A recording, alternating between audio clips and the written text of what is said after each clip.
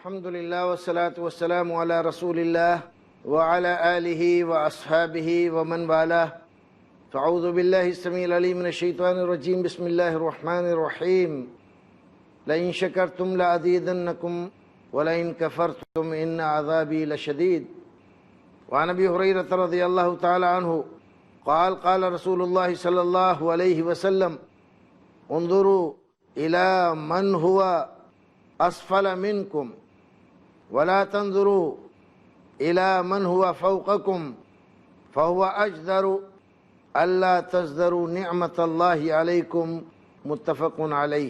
ناظرین، خیر مقدم ہے آپ کا۔ رسول اکرم صلی اللہ علیہ وسلم کے پاکیزہ ارشادات اور آپ کی پاکیزہ ہدایات کے اس پروگرام میں آج کی مجلس میں آپ کے سامنے ہم نے رسول اکرم صلی اللہ علیہ وسلم کی ایک بہت مختصر حدیث رکھی ہے۔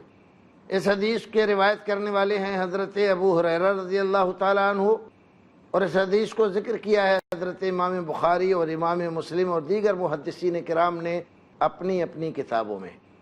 حدیث کے مضمون کو اگر دیکھا جائے تو ہماری زندگیوں کے لیے یہ بہت ہی ضروری ہے، اور اتنی پاکیزہ ہدایات رسول اکرم صلی اللہ علیہ وسلم نے دی ہیں کہ اس سے بڑھ کر اور کوئی نسخہ آدمی کے چین و سکون کے لیے ہو نہیں سکتا۔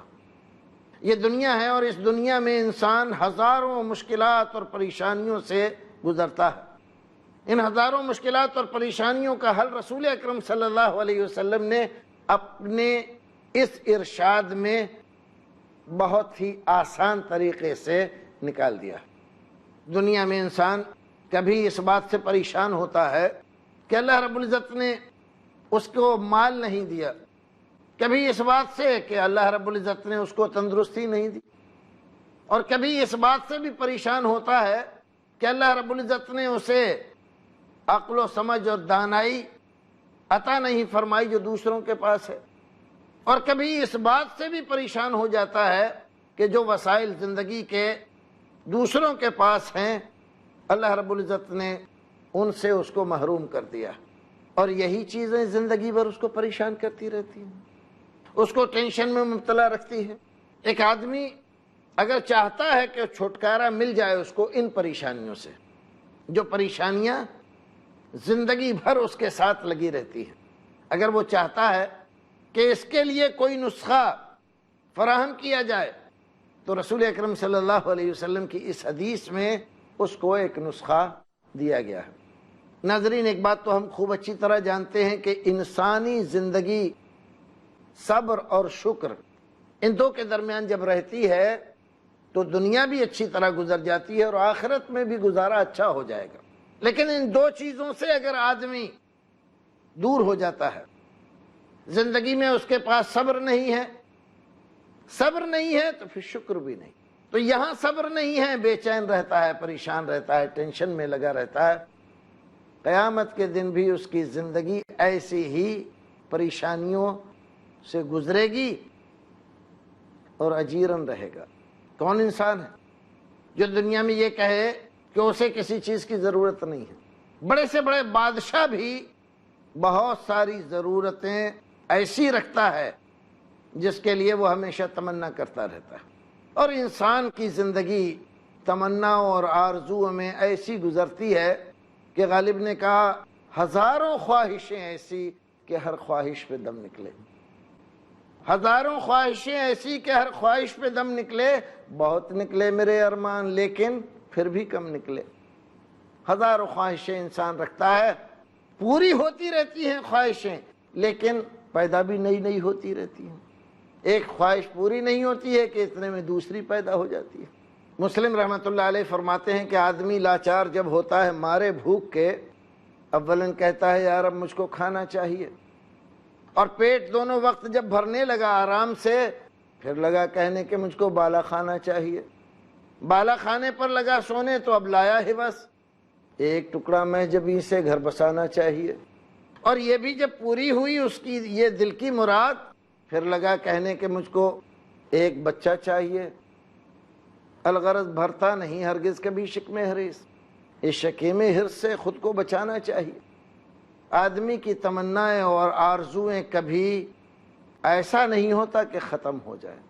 ایک آرزو پوری ہوتی ہے، دوسری آرزو بیدار ہو جاتی ہے، اور یہ سلسلہ آرزوؤں کا اتنا طویل ہے، اتنا طویل ہے کہ جو کچھ بھی اللہ رب العزت اس کو دے دے، پھر بھی اس کے باوجود اس کی آرزوؤں کی تکمیل نہیں ہو پاتی۔ کوئی آدمی ایسا دنیا میں نہیں دیکھا گیا جو یہ کہے کہ اب میری کوئی آرزو نہیں، اب مجھے کچھ نہیں چاہیے۔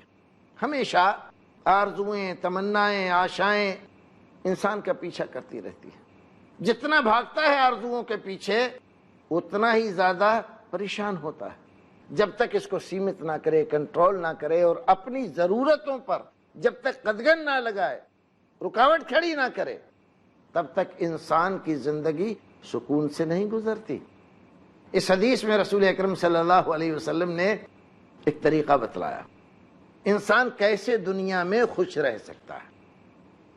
آپ نے ارشاد فرمایا انظروا الی من هو اسفل منکم، دیکھو دنیا میں رہو تو اس انداز سے رہو، جب دیکھو تو ان کی طرف دیکھو جو تم سے کم درجے اور رتبے میں زندگی بسر کر رہے ہیں۔ تمہارا مکان 1 منزل ہے تو جو 10 منزل مکان میں رہتا ہے اس کی طرف نہ دیکھو، اس کی طرف دیکھو جو جھوپڑ پٹی میں رہ رہا ہے۔ اور فرمایا وَلَا تَنظُرُوا إِلَىٰ مَنْ هُوَ فَوْقَكُمْ، اس کی طرف نہ دیکھو جو تم سے اونچے درجے کا مالک ہے، تم سے اچھا کھا پی رہا ہے، اس کی طرف دیکھو گے ساری زندگی پریشان رہو گے۔ کیوں؟ اس لیے کہ تمنا کرو گے ایسے ہم ہو جائیں، اللہ رب العزت ویسا کر دے گا، پھر کہیں اور جاؤ گے وہ اس سے بھی اچھے گھر میں رہتا ہے، اچھا کھانا کھاتا ہے، عیش و آرام میں ہے، اب وہ تمنا کر دو گے کہ اب ہم ایسے ہو جائیں، پھر اس سے اور بڑے کے یہاں جاؤ گے، پھر تمنا ہوگی کہ اب ایسے ہو جائیں۔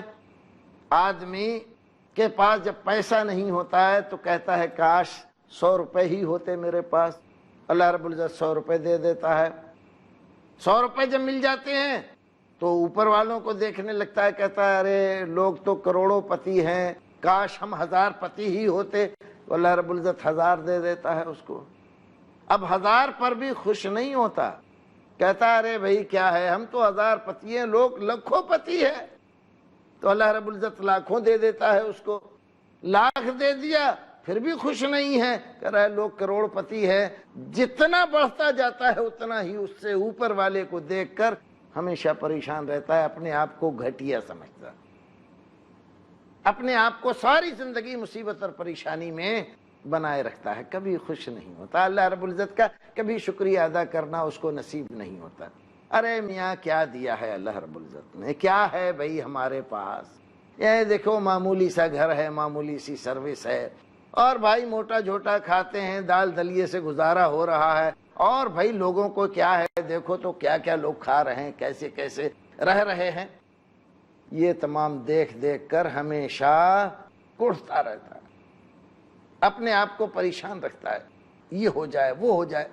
اور اسی چکر میں بہت سارے لوگ رشوتیں لیتے ہیں، جس فیکٹری میں جس کمپنی میں کام کرتے ہیں وہاں چوریاں کرتے ہیں، اور پھر کیا ہوتا ہے کہ ایک دن چوری پکڑی جاتی ہے تو جو مل رہا تھا وہ بھی ہاتھوں سے چھن جاتا ہے۔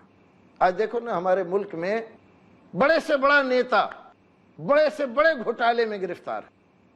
یہ گھوٹالے کس لیے ہو رہے ہیں؟ اسی لیے کہ جو اللہ رب العزت نے ان کو دے رکھا ہے اس پر صابر و شاکر نہیں ہے، اور زیادہ بڑھنے کی کوشش میں لگے ہوئے ہیں۔ ایک آدمی کو کچھ نہیں تھا، ایم ایل اے بنا دیا اللہ رب العزت نے، ایم ایل اے بنا دیا، تجھ کو اتنا بڑا درجہ دے دیا، اچھے خاصے تجھے پیسے مل رہے ہیں، سب کچھ ہے، لیکن اب اس میں گھپلے بازی کر رہا۔ پھر کیا ہوتا ہے؟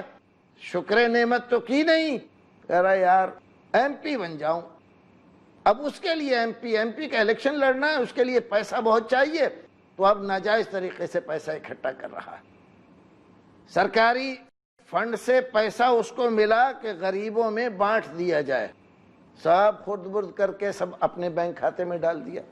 ہو گئی انکوائری ہوئی تو پتہ چلا کہ اندر چلے گئے، جو ملا تھا وہ بھی جاتا رہا، مقدمہ الگ قائم ہو گیا، اور جیل کی سلاخوں کے پیچھے جا کر جو بے عزتی ہوئی ہے وہ نفع میں ملی ہے۔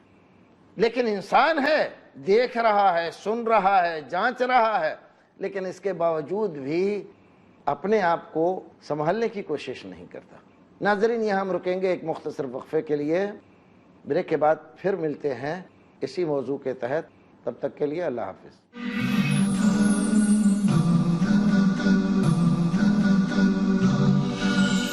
ناظرین، خیر مقدم ہے آپ کا۔ بریک کے بعد تذکرہ کر رہے تھے ہم رسول اکرم صلی اللہ علیہ وسلم کی ایک حدیث کا، اور لوگوں کی طبیعتوں کا۔ جتنا کچھ بھی ان کو مل جاتا ہے اس پر صبر نہیں کرتے اور اللہ رب العزت کا شکریہ ادا نہیں کرتے۔ نتیجہ یہ ہوتا ہے کہ جو کچھ دے رکھا ہے اللہ رب العزت نے وہ بھی کھو دیتے ہیں اور گنوا دیتے ہیں۔ نبی اکرم صلی اللہ علیہ وسلم نے ایک اصول بتلایا ہے کہ زندگی کے اندر اگر تم چاہتے ہو کہ سکون کے ساتھ رہو، اللہ رب العزت کی نعمت کا شکریہ بھی ادا کرتے رہو اور صبر کی زندگی گزارو، تو ہمیشہ دنیا کے معاملے میں اپنے سے نیچے والوں کو دیکھو، تو تم شکر کرو گے، شکر کی زندگی گزارو گے تو اللہ رب العزت تمہیں نوازے گا، تمہاری حالت اور اچھی بنا دے گا۔ اور دنیا کے بارے میں کبھی بھی اپنے سے اوپر والے کو مت دیکھو۔ اوپر والے کو دیکھو گے تو ساری زندگی کڑھن میں گزر جائے گی۔ اسی کو غالب نے کہا نا کہ غم ہستی کا اسد کس سے ہو جز مرگ علاج، غم ہستی کا اسد کس سے ہو جز مرگ علاج، شمع ہر رنگ میں جلتی ہے سحر ہونے تک۔ فلاں یہ بن گیا، فلاں وہ بن گیا، اس کے پاس یہ ہے، اس کے پاس یہ ہے، میرے پاس یہ نہیں، میرے پاس وہ نہیں۔ اسی چکر میں پڑے رہو گے، ساری زندگی جلتے رہو گے، چھٹکارا نہیں ملے گا۔ حسد، کپٹ، کینہ، بغض، عداوت، ساری بیماریاں تمہیں لاحق ہو جائیں گی، اور ان بیماریوں میں سے کسی بیماری کو آپ یہ نہ سمجھے ہلکی ہے، کوئی کینسر ہے، ان بیماریوں میں کوئی ایسا ہے جو کینسر کی طرح تمہیں آ کر پکڑے ہوئے ہے، کوئی ٹی بی کی طرح تمہیں پکڑے ہوئے ہے، کوئی ایسی بیماری ہے جو تمہیں ایسی بھیانک صورت میں لگی ہے کہ تمہاری زندگی کو تباہ کر رہی ہے۔ تو دنیا کے بارے میں جب بھی دیکھو تو اپنے سے نیچے والے کو دیکھو، لیکن دین کے بارے میں اگر دیکھنا ہو تو ہمیشہ اپنے سے اوپر والے کو دیکھو۔ تم 5 وقت کی نماز پڑھتے ہو تو یہ مت سوچو واہ ہم تو 5 وقت کی نماز پڑھتے ہیں، ہمارے کیا کہنے ہیں، ہم بہت اچھے ہیں۔ دوسرے لوگوں کو، دوسرے مسلمانوں کو آپ حقیر سمجھنے لگیں، یہ آپ کے لیے مناسب نہیں ہے۔ آپ تہجد کی نماز نہیں پڑھتے، آپ چاشت کی نماز نہیں پڑھتے، آپ اشراق کی نہیں پڑھتے، لوگ اشراق کی بھی پڑھ رہے ہیں۔ تو اپنے آپ کو دین کے معاملے میں ہمیشہ اس کو دیکھو جو تم سے اونچے درجے کا ہے، دنیا میں ہمیشہ اس کو دیکھو جو تم سے نیچے درجے کا ہے۔ اگر اس انداز سے زندگی گزارو گے تو تمہاری زندگی بہت چین سے، آرام سے گزر جائے گی۔ اور جہاں تم نے اس کے خلاف کیا دین کے معاملے میں تو ارے بھائی لوگ نماز تک نہیں پڑھ رہے ہیں، ہم کم سے کم 5 وقت کی تو پڑھ رہے ہیں، چلو بھائی وقت بے وقت ہو جاتی ہے لیکن پڑھ تو رہے ہیں، بہت سارے لوگ تو پڑھ ہی نہیں رہے، تو تم مزید بے ایمان، بدعمل بنتے چلے جاؤ گے۔ اگر تم نے دین کے معاملے میں اپنے سے نیچے کو دیکھا تو مزید بدعمل ہو جاؤ گے، اور دنیا کے معاملے میں اگر اپنے سے اوپر والے کو دیکھا تو ساری زندگی کڑھن میں اور حسد میں زندگی گزر جائے گی۔ اس لیے رسول اکرم صلی اللہ علیہ وسلم نے فرمایا دین کے معاملے میں اپنے سے اوپر والے کو دیکھو۔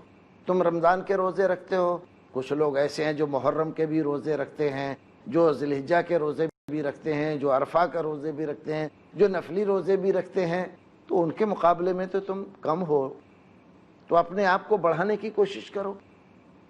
دین کے معاملے تم اگر صدقہ خیرات کرتے ہو، زکوٰۃ دیتے ہو، تو بہت سارے لوگ تو بے انتہا صدقہ خیرات کرتے ہیں، ان کے مقابلے میں تو کم ہو، کوشش کرو اور زیادہ ہو جاؤ، تو ہمیشہ یہ چیز تمہارے لیے مفید ہوگی۔ لیکن دنیا کے معاملے میں اگر تمہارے پاس 100 گز کا ایک گھر ہے اور دوسرے لوگوں کے پاس 500 گز کے گھر ہیں، تو ان کو مت دیکھو، ان کو دیکھو جن کے پاس 50 گز کا ہے، جن کے پاس 30 گز کا ہے، جن کے پاس ہے ہی نہیں، کرائے پہ زندگی گزار رہے۔ تب تم شکر گزار بندے بن پاؤ گے۔ اور جب شکر گزاری کرو گے تو اللہ رب العزت فرماتا ہے لئن شکرتم لازیدنکم، اگر تم شکر گزاری کی زندگی گزارو گے لازیدنکم، تو ہم اپنی نعمتیں اور تمہیں دیں گے مزید، وَلَئِن كَفَرْتُمْ إِنَّ عَذَابِي لَشَدِيدٌ، اور اگر تم نے ہماری نعمتوں کا شکریہ ادا نہیں کیا، کفران نعمت کیا، إِنَّ عَذَابِي لَشَدِيدٌ، تو ہمارا عذاب بہت سخت ہے۔ ناظرین غور کریں اللہ رب العزت کی اس بات پر، یہ فرمان اللہ رب العزت کا، شکر کرو گے اگر تو ہم اور دیں گے، نعمتیں مزید ملیں گی، نعمتوں پر دوام ہوگا۔ کبھی کبھی اللہ رب العزت دے کر چھین لیتا، اسی لیے رسول اکرم صلی اللہ علیہ وسلم نے دعا سکھائی، دعا مانگا کرو، اللہم انی اعوذ بک من الحور بعد الکور، اے اللہ نوازنے کے بعد، نوازشوں کے بعد اپنی نوازشوں سے محروم مت کر دینا۔ جو اللہ رب العزت کبھی دے کر آزماتا ہے، کبھی لے کر آزماتا ہے، اس کے آزمانے کے ہزار طریقے ہیں۔ تو شکر نعمت کرو تو اللہ رب العزت نعمتیں اور دے گا۔ تمہارے پاس ایک بچہ ہے، اللہ رب العزت کا شکر کرو کہ ارے ہمارے پاس ایک تو ہے، بعض لوگوں کے پاس تو ایک بھی نہیں ہے۔ شکر نعمت کرو گے اللہ رب العزت اور دے دے گا جتنا چاہتے ہو، اور نہیں کرو گے تو اللہ کا کیا بگاڑ لو گے؟ کیا بگاڑ لو گے یہ بتلاؤ؟ اگر وہ نہیں چاہتا تو کہاں سے مل جائے گا؟ نہیں مل سکتا۔ رسول اکرم صلی اللہ علیہ وسلم کو دیکھو، آپ نے بعض صحابہ کرام کو دعا سکھائی، دعا سکھائی، یہ دعا پڑھا کرو ہر نماز کے بعد، اے اللہ میں پناہ مانگتا ہوں تیری ناشکری سے، اور دعا کرتا ہوں پروردگار مجھے ہمت عطا فرما، حوصلہ دے، توفیق دے، کائے کی اعنی علی ذکرک و شکرک و حسن عبادتی، میری مدد فرما پروردگار علی ذکرک و شکرک، اپنا ذکر کرنے کی اور نعمتوں کا شکر ادا کرنے کی توفیق دے پروردگار، وہ حسن عبادت کا، اور بہتر انداز میں اپنی عبادت کرنے کی پروردگار مجھے توفیق عطا فرما دے۔ میں تجھ سے مدد مانگ رہا ہوں، تیری مدد کے بغیر نہ ذکر کر سکتا ہوں، نہ شکر کر سکتا ہوں، نہ عبادت کر سکتا ہوں۔ کتنی بہتر دعا ہے رسول اکرم صلی اللہ علیہ وسلم کی۔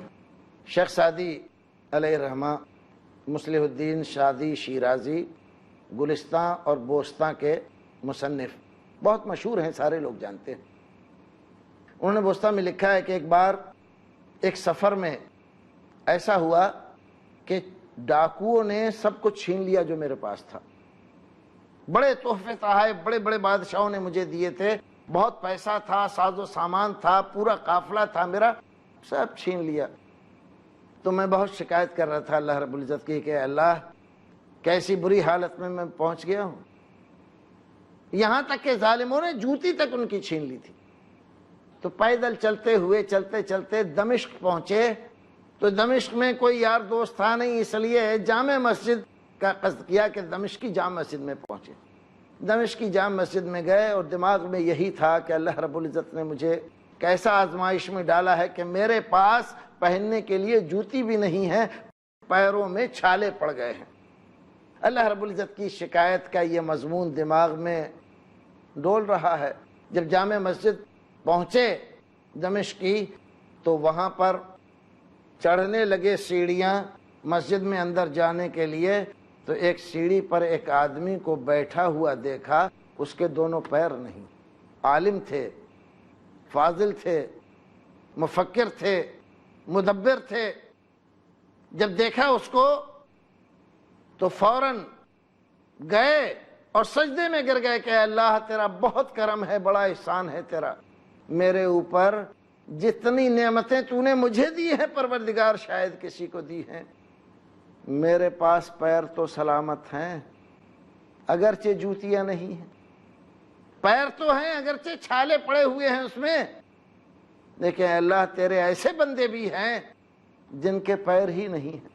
تو دیکھیے ایک بے پیر والے کو دیکھ کر ان کو اللہ رب العزت کی نعمتوں کا شکریہ کرنے کا ڈھنگ آیا، اور اللہ رب العزت نے ان کو دکھایا کہ سعدی ہماری شکایت کر رہے ہو، آج تک کتنی نعمتوں سے تمہیں سرفراز کیا ہے، اگر آج آزمائش کے لیے ہم نے تم سے ان نعمتوں کو چھین لیا تو ہماری شکایت کر رہے ہو۔ دیکھو اس آدمی کے پاس تو پیر بھی نہیں ہے، تمہارے پاس تو صرف جوتے نہیں ہیں، پیر تو سلامت ہیں۔ ناظرین، آپ کو کبھی ایسی کیفیت طاری ہو کہ آپ اللہ رب العزت کی شکایت کرتے ہوں، مال نہ ہے، تو آپ جھوپڑ پٹی میں جا کر ان لوگوں کو دیکھیں جو راتوں کو سخت سرد راتوں میں ایک ایک چادر میں گزارا کرتے ہیں، جن کے پاس رہنے کے لیے گھر نہیں، جن کے پاس سر چھپانے کے لیے جگہ نہیں ہے، برسات میں جو بھیگتے رہتے ہیں ان کو دیکھیں۔ اور آپ کو اگر اپنی تندرستی پر کہ لوگ کیسے تندرست ہیں، ہٹے کٹے پھر رہے ہیں، ہم کتنے نحیف و نزار ہیں، اس کی شکایت ہے تو کسی ہاسپیٹل میں چلے جاؤ، جا کر دیکھو لوگ کیسے کیسے وہاں پر پڑے ہوئے ہیں۔ تمہیں اللہ رب العزت کی نعمتوں کا مول، اس کی قیمت سمجھ میں آ جائے گی، اور یہ بھی سمجھ میں آئے گا کہ اللہ رب العزت کی کیسے نعمتوں کا شکریہ ادا کرنا چاہیے۔ پروردگار سے ہمیشہ دعا مانگو اس بات کی کہ پروردگار اپنی نعمتوں کا شکر گزار بنا کر رکھے، اور زندگی میں آنے والی پریشانیوں پر پروردگار صبر کرنے کی توفیق عطا فرمائے۔ زندگی کبھی ایک حال میں نہیں رہتی، لیکن جو بندے دنیا کے معاملے میں اپنے سے نیچے لوگوں کو دیکھتے ہیں، دین کے معاملے میں اپنے سے اونچے لوگوں کو دیکھتے ہیں، زندگی بھر خوش انداز میں زندگی گزار دیتے ہیں، اور پروردگار ان کو زندگی کا ہر لطف اور ہر لذت سے نوازتا ہے، اور اگر یہاں نہیں ملی تو جنت میں نوازے گا۔ پروردگار ہمیں اور آپ کو نیک عمل کرنے کی توفیق عطا فرمائے، شکر گزار بندہ بنا کر پروردگار دنیا میں زندہ رکھے، اور آخرت میں شکر گزار بندوں میں ہمارا حشر کرے۔ وآخر دعوانا ان الحمدللہ رب العالمین۔ سامعین، یہاں ہم اس مضمون کے اختتام تک پہنچتے ہیں، انشاءاللہ پھر ملاقات ہوگی کسی اور مضمون کے ساتھ، تب تک کے لیے اللہ حافظ۔